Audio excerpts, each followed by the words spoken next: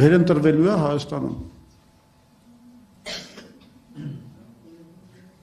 Էս է կատարվում։ Արմենիացի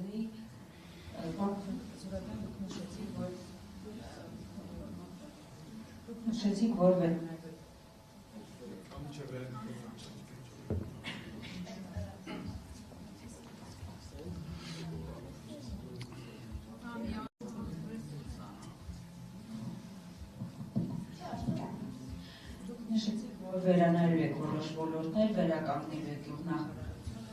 չեղարկելու եք ակադեմիական քաղաքի նախագիծը, իսկ այս իշխանության կա որևէ ոլորտ, որտեղ դրական փոփոխություններ եք տեսնում եւ չեք վերանալու, եթե այո, որ ոլորտներն։ Նախ եթե դուք ուսադիր լինեիք, ես իմ ելույթում հենց ասացի, որ հանուն օբյեկտիվության պետք է ասել, որ նրանք որոշակի աշխատանքներ կատարում են ճանապարհաշինության, այլ ենթակառուցվածքների կառուցման դեպքում, այսինքն այդ ձեր հարցին կարելի ասել, ես արդեն պատասխանել եմ։ Տեսնում ենք, հա, ինչ որ լավ բաներ անում են։ Ամենալավ բանը, որ իրանք արել են, եթե ուզում եք անկեղծ լինեմ, դա այն է, որ այնուամենայնիվ մինչև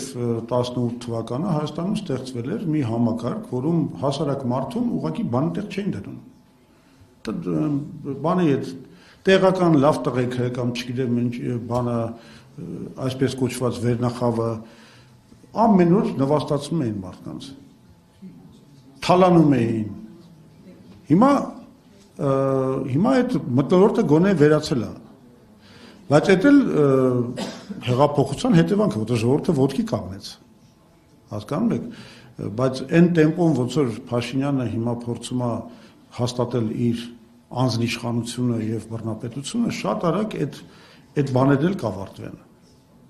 Այն ինչ որ այնուամենայնիվ ամենակարևոր ձեռքբերումներից էր 18 թվականի այդ հեղափոխության, դա էլ ինքը հիմա մսխում է, այ հիմա զբաղված է դրա մսխելով, հանուն իր սեփական իշխանության հաստատման։ Այո, լավ բաներ եղել են, լավ արդյունքներ եղել են,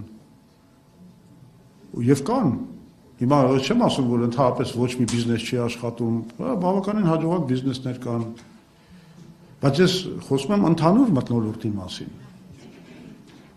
Ընդհանուր մթնոլորտը լավը չի, ինքը չի ապահովում Հայաստանի զարգացումը։ Ես նորից եմ ասում, ամենակարևոր բանը օտար երկրյա ներդրումները, օտար երկրյա ներդրումների ցուցանիշը դա խայտառակություն է։ Այսպես Հայաստան չի զարգացնի։ Խնդրեմ։ Հա, արդեն լավ, մի հարց տվեք, հա։